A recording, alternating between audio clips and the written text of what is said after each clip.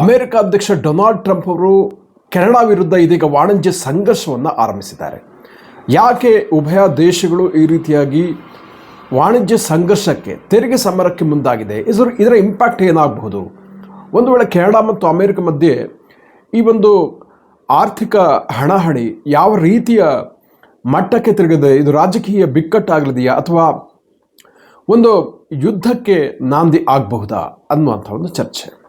So ಇದ್ರ ಬಗ್ಗೆ ನೋಡಿದ್ರೆ ಏನಾಯಿತು ಅಲ್ಲಿ ಆ್ಯಕ್ಚುಲಿ ಆಗಿದ್ದು ಅಂತ ನೋಡಿದ್ರೆ, ಅಮೇರಿಕದ ಏನು ಮಾಡಿದೆ ಅಂದರೆ 50% ಟಾರಿಫನ್ನು ಕೆನಡಾ ವಿರುದ್ಧ ಅಲ್ಲಿನ ಟ್ರಂಪ್ ಸರ್ಕಾರ ವಿಧಿಸಿದೆ. ಅಂದರೆ ಕೆನಡಾದಿಂದ ಅಮೇರಿಕಕ್ಕೆ ಎಕ್ಸ್ಪೋರ್ಟ್ ಆಗುವಂತಹ ವಸ್ತುಗಳ ಮೇಲೆ, ಸರಕು ಮತ್ತು ಸೇವೆಗಳ ಮೇಲೆ 50% ಟಾರಿಫನ್ನು ಅಮೇರಿಕ ವಿಧಿಸಿದೆ.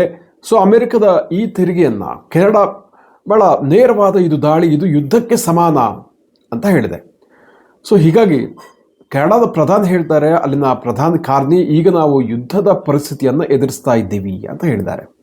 ಸೊ ಅಮೇರಿಕದ ಒತ್ತಡಕ್ಕೆ ನಾವು ಮಣಿಯೋದಲ್ಲ, ಸೆಪ್ಟೆಂಬರ್ 8ರಿಂದ ಅಮೇರಿಕದ ವಿರುದ್ಧ ಕೂಡ ನಾವು ಟಾರಿಫ್ ವಾರನ್ನು ಮುಂದುವರಿಸಲಿದ್ದೀವಿ, ಪ್ರತಿಯಾಗಿ ಸುಂಕವನ್ನು ಹಾಕ್ತೀವಿ ಅಂತ ಕೆನಡಾ ಇದೀಗ ಎಚ್ಚರಿಸಿದೆ. ಸೊ ಹೀಗಾಗಿ ಕೆನಡಾ ಮತ್ತು ಅಮೇರಿಕ ನಡುವೆ ಇದೀಗ ಈ ವಾಣಿಜ್ಯ ಸಂಘರ್ಷ ತಾರಕಕ್ಕೆ ಏರಿದೆ. ಸೆಪ್ಟೆಂಬರ್ 8ರಿಂದ ಅಮೇರಿಕ ವಿರುದ್ಧ ಕೂಡ ಪ್ರತಿಯಾಗಿ ಟ್ಯಾಕ್ಸನ್ನು ಹಾಕೋದಾಗಿ ಕೆನಡಾ ಹೇಳಿದೆ.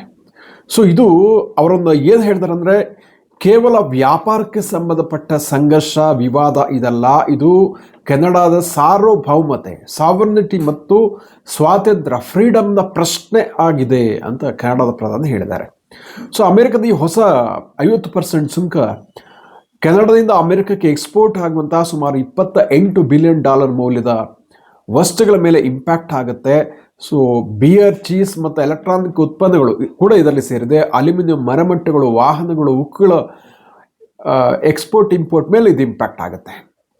ಸೊ ಕೆನಡಾವು, ಟ್ರಂಪ್ ಅವರು ಯಾಕೆ ಹೇಳ್ತಾರೆ ಅಂತ ಹೇಳಿದ್ರೆ, ಕೆನಡಾವು ಒಂದು ರಾಜ್ಯ, ಅಮೇರಿಕದ ರಾಜ್ಯ ಅಲ್ಲ, ಆದರೆ ಅಮೇರಿಕದ ರಾಜ್ಯಗಳಿಗೆ ಇರುವ ಲಾಭವನ್ನು ಕೆನಡಾ ನಿರೀಕ್ಷಿಸ್ತಾ ಇದೆ. ಸೊ ಇದು ಸರಿಯಲ್ಲ ಅಂತ ಟ್ರಂಪ್ ಅವರು ತಮ್ಮ ಸೋಷಿಯಲ್ ಮೀಡಿಯಾದಲ್ಲಿ, ಟ್ರೂತಲ್ಲಿ ಹೇಳಿದ್ದಾರೆ, ಆಕ್ರೋಶವನ್ನು ವ್ಯಕ್ತಪಡಿಸಿದ್ದಾರೆ. ಕೆನಡಾವು ಜೊತೆಗೆ ಅವರು ಇನ್ನೊಂದು ಮಾತನ್ನು ಹೇಳ್ತಾರೆ, ಕೆನಡಾವು ಅಮೇರಿಕದ 51ನೇ ರಾಜ್ಯ ಆಗಬಹುದು. ಅಂದರೆ ಅಮೇರಿಕವು ಕೆನಡಾವನ್ನು ವಶಪಡಿಸಿಕೊಂಡು ಈಗಲೇ 50 ರಾಜ್ಯಗಳಿದೆ, 50 ಪ್ರಾಂತ್ಯಗಳಿದೆ, 51ನೇ ರಾಜ್ಯವಾಗಿ ಕೆನಡಾ ಆಗಬಹುದು ಅಂತ ಟ್ರಂಪ್ ಅವರು ಆಗಾಗ ಹೇಳ್ತಾನೆ ಇರ್ತಾರೆ. ಅಂದರೆ ನಾವು ಕೆನಡಾವನ್ನು ಒಕ್ಯುಪೈ ಮಾಡ್ತೀವಿ ಅನ್ನುವಂಥ ಒಂದು ಸೂಚನೆಯನ್ನು ಅವರು ಕೊಡ್ತಾ ಇದ್ದಾರೆ. ಸೊ ಕೆನಡಾದ ಪ್ರಧಾನಿ ಕಾರ್ನಿ ಅವರು ಇದನ್ನು ಕೇವಲ ವಿವಾದವಲ್ಲ, ಕೆನಡಾದ ಸಾರ್ವಭೌಮತೆಗೆ ಧಕ್ಕೆ ಆಗುವಂಥ ಹೇಳಿಕೆ ಇದು ಅಂತ ಅವರು ಬಹಳ ಖಡಕ್ಕಾಗಿ ಇದನ್ನು ಖಂಡಿಸಿದ್ದಾರೆ. ಸೊ ಇದು ಅಮೇರಿಕದ ಟ್ರಂಪ್ ಸರ್ಕಾರದ ದುರಹಂಕಾರದ ಪ್ರದರ್ಶನ ಮತ್ತು ಸಾರ್ವಭೌಮತ್ವದ ಪ್ರಶ್ನೆ ಆಗಿದೆ ಅಂತ ಅವರು ಓಪನ್ ಆಗಿ ಹೇಳಿದ್ದಾರೆ. ನಮ್ಮದು ಭಾಳ ಸ್ವತಂತ್ರವಾದ ದೇಶ, ಹೆಮ್ಮೆಯ ದೇಶ, ನಾವು ಸರಿಯಾದ ಮೌಲ್ಯಗಳನ್ನು ಹೊಂದಿದ್ದೀವಿ, ಯಾರೊಂದಿಗೆ ವ್ಯಾಪಾರ ಮಾಡಬೇಕು, ಹೇಗೆ ಮಾಡಬೇಕು ಅನ್ನೋದನ್ನು ನಾವೇ ಡಿಸೈಡ್ ಮಾಡ್ತೀವಿ ಅಂತ ಕೆನಡಾ ಹೇಳಿದೆ. ಸೊ ಹಾಗಾದರೆ ಇದರಿಂದ ಇಂಪ್ಯಾಕ್ಟ್ ಏನಾಗುತ್ತೆ, ಕೆನಡಾದ ಮೇಲೆ ಯಾವ ರೀತಿ ಪರಿಣಾಮ ಆಗುತ್ತೆ, ಸ್ವತಃ ಅಮೇರಿಕದ ಮೇಲೆ ಯಾವ ರೀತಿ ಪರಿಣಾಮ ಆಗುತ್ತೆ? ಸೊ ಜನಸಾಮಾನ್ಯರ ಮಟ್ಟದಲ್ಲಿ ಹೇಳಿದ್ರೆ ಉಭಯ ದೇಶಗಳ ಜನಸಾಮಾನ್ಯರು ಈ ಒಂದು ವಾಣಿಜ್ಯ ಸಂಘರ್ಷವನ್ನು ಬಯಸ್ತಲ್ಲ. ಯಾಕಂದರೆ ಅವರಿಗೊಂದು ಆತಂಕ ಉಂಟಾಗಿದೆ, ಉತ್ಪನ್ನಗಳ ಮತ್ತು ಸರಕುಗಳ ಪ್ರೈಸ್ ಇನ್ಕ್ರೀಸ್ ಆಗ್ಬೋದು, ಬೆಲೆ ಏರಿಕೆ ಆಗಬಹುದು, ಈ ರೀತಿಯ ಒಂದು ವಾಣಿಜ್ಯ ಸಂಘರ್ಷ ಏರ್ಪಟ್ಟರೆ ಅನ್ನುವಂಥದ್ದು. ಸೊ ಈಗ ಕೆನಡಾದ ಮೇಲೆ ಪರಿಣಾಮ ಏನು ಅಂತಂದರೆ, ಅಮೆರಿಕದ ಸುಂಕ ಸಮರದಿಂದ ಕೆನಡಾದ ಮೇಲೆ ಉಂಟಾಗುವಂತಹ ಪರಿಣಾಮಗಳ ಬಗ್ಗೆ ನೋಡಿದ್ರೆ 50% ಟ್ಯಾಕ್ಸನ್ನು ಅಮೆರಿಕದ ಎಕ್ಸ್ಪೋರ್ಟ್ಸರ್ ಕಟ್ಟಬೇಕಾಗುತ್ತೆ. ಅಮೆರಿಕಕ್ಕೆ ಕಳಿಸುವ ಬಿಯರು, ಚೀಸು, ಎಲೆಕ್ಟ್ರಾನಿಕ್ಸ್, ಅಲ್ಯೂಮಿನಿಯಂ ಮತ್ತು ವಾಹನಗಳ ಉತ್ಪನ್ನಗಳ ಎಕ್ಸ್ಪೋರ್ಟ್ ಮಾಡೋರಿಗೆ, ಕಾರ್ಮಿಕರಿಗೆ ಭಾರಿ ಆರ್ಥಿಕ ನಷ್ಟ ಆಗಲಿದೆ. ಯಾಕಂದರೆ ಅದು ಕಾಸ್ಟ್ಲಿ ಆಗುತ್ತೆ. ಅಮೆರಿಕದಲ್ಲಿ 50% ಟ್ಯಾಕ್ಸ್ ಸೇರಿದಾಗ ಕೆನಡಾದ ಉತ್ಪನ್ನಗಳು ದುಬಾರಿ ಆಗುತ್ತೆ, ಯಾರು ಅದನ್ನು ಕೊಳ್ಳಿಕ್ಕೆ ಮುಂದೆ ಬರುವಂಥ ಚಾನ್ಸಸ್ ಕಡಿಮೆ ಇರುತ್ತೆ. ಸೊ ಹೀಗಾಗಿ ಅಮೇರಿಕದ ಮಾರುಕಟ್ಟೆಯಲ್ಲಿ ಕೆನಡಾದ ಉತ್ಪನ್ನಗಳ ಕಾಂಪಿಟೇಟಿವ್ನೆಸ್ ಅಥವಾ ಸ್ಪರ್ಧಾತ್ಮಕತೆ ಕಡಿಮೆ ಆಗುತ್ತೆ. ಸೊ ಅದೇ ರೀತಿ ಗಡಿಭಾಗದ ಉದ್ಯಮಗಳಿಗೆ ಭಾರಿ ದೊಡ್ಡ ಮಟ್ಟದ ಹಿನ್ನಡೆ ಆಗಲಿದೆ.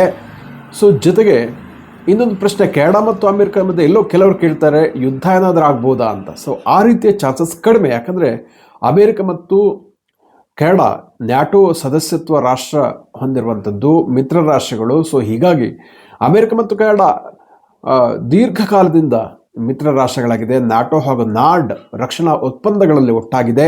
ಸೊ ಹಾಗಾಗಿ ಅವುಗಳ ಮಧ್ಯೆ ಸೈನಿಕ ಸಂಘರ್ಷಕ್ಕೆ ಅವಕಾಶ ಇರಲ್ಲ. ಯಾವುದೇ ವಿವಾದ ಇದ್ರೂ ಕೂಡ ಅದನ್ನು ಮಾತುಕತೆಯ ಮೂಲಕ ಬಗೆಹರಿಸಬೇಕಾಗತ್ತೆ. ಸೊ ಆರ್ಥಿಕ ಮತ್ತು ರಾಜಕೀಯ ಒತ್ತಡ ಉಂಟಾಗಬಹುದು ಹೊರತು ಇದು ಯುದ್ಧವಾಗಿ ಪರಿವರ್ತನೆ ಆಗುವಂಥ ಚಾನ್ಸಸ್ ಇಲ್ಲ ಅಂತಲೇ ಹೇಳಬೇಕು. ಸೊ ಹಾಗಾದರೆ ಟ್ರಂಪ್ ಅವರು ಯಾಕೆ ಈ ರೀತಿ ನಾನಾ ದೇಶಗಳ ವಿರುದ್ಧ ವಾಣಿಜ್ಯ ಸಂಘರ್ಷವನ್ನು ನಡೆಸ್ತಾ ಇದ್ದಾರೆ ಅನ್ನುವಂಥದ್ದು. ಸೊ ಇದಕ್ಕೆ ಮುಖ್ಯವಾದ ಕಾರಣ ಏನಪ್ಪ ಅಂತಂದರೆ ಅವರೊಂದು ಪೊಲಿಟಿಕಲ್ ನೀತಿನೇ ಈ ರೀತಿ ಇರುವಂಥದ್ದು. ಸೊ ವಿದೇಶಾಂಗ ನೀತಿಯಲ್ಲಿ ಅವರು ಯಾವತ್ತೂ ಕೂಡ ಇದನ್ನು ಈ ಟಾರಿಫನ್ನು ಒಂದು ಪ್ರಬಲ ಅಸ್ತ್ರವಾಗಿ ಬಳಸ್ತಾರೆ. ಇದರಿಂದ ಅಮೆರಿಕದಲ್ಲಿ ಡೊಮೆಸ್ಟಿಕ್ ಇಂಡಸ್ಟ್ರಿಗೆ, ದೇಶೀಯ ಉತ್ಪಾದನೆಗೆ ಉತ್ತೇಜನ ಸಿಗುತ್ತೆ ಅಂತ ಅವರು ಭಾವಿಸಿದ್ದಾರೆ. ಭಾರೀ ತೆರಿಗೆ, ಆಮದು ಮೇಲೆ ಭಾರೀ ತೆರಿಗೆ ವಿಧಿಸುವುದರಿಂದ ಅಮೆರಿಕದ ಕಂಪನಿಗಳು ತಮ್ಮ ದೇಶದಲ್ಲಿ ಕಾರ್ಖಾನೆಗಳನ್ನು ಸ್ಥಾಪನೆ ಮಾಡಿ ಉತ್ಪಾದನೆ ಮಾಡುವಂಥ ಮುಂದಾಗಬಹುದು ಅನ್ನುವಂಥ ಒಂದು ಲೆಕ್ಕಾಚಾರ ಅವರಲ್ಲಿದೆ. ಇದರಿಂದ ಸ್ಥಳೀಯ ಕಾರ್ಮಿಕರಿಗೆ, ಸ್ಥಳೀಯ ಅಮೆರಿಕನ್ನರಿಗೆ ಹೆಚ್ಚಿನ ಉದ್ಯೋಗಾವಕಾಶಗಳು ಸಿಗಬಹುದು ಅಂತ ಅವರು ವಾದ ಮಾಡ್ತಾರೆ. ಜೊತೆಗೆ ಈ ವ್ಯಾಪಾರ ಕೊರತೆಯನ್ನು ನೀಗಿಸುವಂಥದ್ದು. ಅಮೆರಿಕ ಯಾವತ್ತೂ ಕೂಡ ಇಂಪೋರ್ಟ್ ಜಾಸ್ತಿ ಮಾಡುತ್ತೆ, ಎಕ್ಸ್ಪೋರ್ಟ್ ಕಡಿಮೆ ಮಾಡುತ್ತೆ. ಇಂಪೋರ್ಟ್ ಜಾಸ್ತಿ ಆಗಿರೋದ್ರಿಂದ ಆ ಒಂದು ಟ್ರೇಡ್ ಡಿಫಿಸಿಟನ್ನು ಕಡಿಮೆ ಮಾಡಬೇಕು ಅನ್ನೋ ಕಾರಣಕ್ಕೋಸ್ಕರ ಅಮೆರಿಕ ಇದೀಗ ಈ ಟಾರಿಫ್ ವಾರ್ಲಿ ಅಲ್ಲಿನ ಟ್ರಂಪ್ ಸರ್ಕಾರ ಇರುವಂಥದ್ದು. ಸೊ ರಾಜತಾಂತ್ರಿಕ ಒತ್ತಡ ಮತ್ತು ಚೌಕಾಶಿಯ ಒಂದು ನೆಗೋಷಿಯೇಬಲ್ ಅಸ್ತ್ರವಾಗಿ ಈ ಟ್ರೇಡ್ ಡೀಲ್ಗಳನ್ನು ನಡೆಸುವಾಗ ಟಾರಿಫ್ ವಾರನ್ನು ನಡೆಸುವಂಥದ್ದು. ಸೊ ಟ್ರಂಪ್ ಅವರ ಆಡಳಿತ ಶೈಲಿಯ ಪ್ರಮುಖ ಅವಿಭಾಜ್ಯ ಅಂಗನೇ ಇದಾಗ್ಬಿಟ್ಟಿದೆ ಈ ರೀತಿಯಾಗಿ ಮಾಡುವಂಥದ್ದು. ಭಾರತ ವಿರುದ್ಧ ಕೂಡ ಈ ಹಿಂದೆ ಟಾರಿಫ್ ವಾರ್ ಮಾಡಿದ್ದನ್ನು ನಾವು ನೋಡಿದ್ದೀವಿ. ಮತ್ತು ಯಾವುದೇ ಚೌಕಾಸಿಗೆ ಭಾರತ ಬರ್ತಾ ಇಲ್ಲ ಅಂತಂದಾಗ ಅದನ್ನು ವಿಡ್ರಾ ಕೂಡ ಮಾಡಿಕೊಂಡ್ರು.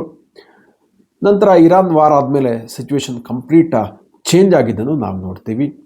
ಅದೇ ರೀತಿ ಅಮೇರಿಕಕ್ಕೆ ಮತ್ತು ಕೆನಡಾಕ್ಕೆ ವಾಣಿಜ್ಯ ಸಂಬಂಧ ಬಹಳ ಗಾಢವಾಗಿರುತ್ತೆ. ಅಮೆರಿಕವು ಅಲ್ಯೂಮಿನಿಯಂ, ಉಕ್ಕು, ನಿಕ್ಕಲ್ ಮತ್ತು ತಾಮ್ರದಂತಹ ಪ್ರಮುಖ ಕೈಗಾರಿಕಾ ಲೋಹಗಳಿಗೆ, ಯುರೇನಿಯಂಗೆ ಕೆನಡಾವನ್ನು ಅವಲಂಬಿಸಿದೆ. ವಿಶೇಷವಾಗಿ ಅಮೆರಿಕದ ಕೃಷಿಗೆ ಅತ್ಯಂತ ಅಗತ್ಯವಿರುವ ರಸಗೊಬ್ಬರ ತಯಾರಿಕೆಯಲ್ಲಿ ಬಳಸುವಂತಹ ಈ ಪೊಟ್ಯಾಷ್, ಅದು ಅದರ 90% ಪೊಟ್ಯಾಷ್ ಕೆನಡಾದಿಂದ ಬರುತ್ತೆ. ಸೊ ಅದೇ ರೀತಿ ಅಮೆರಿಕದ ಟ್ರಕ್ಗಳಿಗೆ ಬೇಕಾದಂತಹ ಇಂಜಿನ್, ಗೇರ್ ಬಾಕ್ಸ್, ಬಿಡಿಭಾಗ ಇದೆಲ್ಲ ಕೂಡ ನಿರಂತರವಾಗಿ ಕೆನಡಾದಿಂದ ಸಪ್ಲೈ ಆಗುತ್ತೆ. ಅದೇ ರೀತಿ ಕಚ್ಚಾ ತೈಲದ ಕ್ರೂಡ್ ಆಯಿಲ್ನ 60% ಭಾಗ ಕೆನಡಾದಿಂದ ಅಮೆರಿಕಕ್ಕೆ ಇಂಪೋರ್ಟ್ ಆಗುತ್ತೆ ಅನ್ನೋದನ್ನು ಗಮನಿಸಬೇಕು. ಅಮೆರಿಕದ ನೈಸರ್ಗಿಕ ಅನಿಲ, ನ್ಯಾಚುರಲ್ ಗ್ಯಾಸ್ ಕೂಡ ಕೆನಡಾದಿಂದ ಸಾಕಷ್ಟು ದೊಡ್ಡ ಮಟ್ಟಿನಲ್ಲಿ ಸಪ್ಲೈ ಆಗುತ್ತೆ. ಪರಮಾಣು ವಿದ್ಯುತ್ ಸ್ಥಾವರಗಳಿಗೆ ಬೇಕಾಗೋ ಯುರೇನಿಯಂ ಕೂಡ ಕೆನಡಾದಿಂದಲೇ ಸಪ್ಲೈ ಆಗುತ್ತೆ. ಮರಮಟ್ಟುಗಳು, ಅಮೆರಿಕದ ವಸತಿ ವಾಣಿಜ್ಯ ನಿರ್ಮಾಣಕ್ಕೆ ಬೇಕಾದಂತಹ ಸಾಫ್ಟ್ವುಡ್, ಲಂಬರ್, ಇದೆಲ್ಲ ಕೂಡ ಕಾಗದ ಉತ್ಪನ್ನಗಳು, ಇದೆಲ್ಲ ಕೂಡ ಕೆನಡಾದಿಂದ ಇಂಪೋರ್ಟ್ ಆಗುತ್ತೆ. ಈ ರೀತಿಯಾಗಿ ನಾನಾ ವಿಚಾರಗಳಿಗೆ ಅಮೆರಿಕ ಕೂಡ ಕೆನಡಾವನ್ನು ಅವಲಂಬಿಸಿದೆ. ಅದೇ ರೀತಿ ಕೆನಡಾ ಕೂಡ ಅಮೆರಿಕದ ರಫ್ತು ಮಾರುಕಟ್ಟೆ, ಅಮೆರಿಕದ ಮಾರುಕಟ್ಟೆ ಕೆನಡಾಗೂ ಕೂಡ ಅಷ್ಟೇ ಮುಖ್ಯ ಆಗುತ್ತೆ. ಕೆನಡಾದ ರಫ್ತಿನ ಮುಕ್ಕಾಲು ಭಾಗ ಅಮೆರಿಕವನ್ನು ಆಧರಿಸಿದೆ. ಸೊ ಹೀಗಾಗಿ ಉಭಯ ರಾಷ್ಟ್ರಗಳಿಗೆ ಪರಸ್ಪರ ಡಿಪೆಂಡೆನ್ಸಿ ಇದೆ. ಹೀಗಾಗಿ ಅಲ್ಲಿನ ಜನಸಾಮಾನ್ಯರು ಇವತ್ತು ಉಭಯ ರಾಷ್ಟ್ರಗಳ ಮಧ್ಯೆ ಈ ಟ್ಯಾಕ್ಸ್ ಕುರಿತಾದಂತಹ ಟಾರಿಫ್ ವಾರನ್ನು ಬಯಸ್ತಾ ಇಲ್ಲ. ಆದರೆ ಸರ್ಕಾರಗಳ ಮಟ್ಟದಲ್ಲಿ ದೊಡ್ಡ ಸಂಘರ್ಷ ಏರ್ಪಟ್ಟಿದೆ.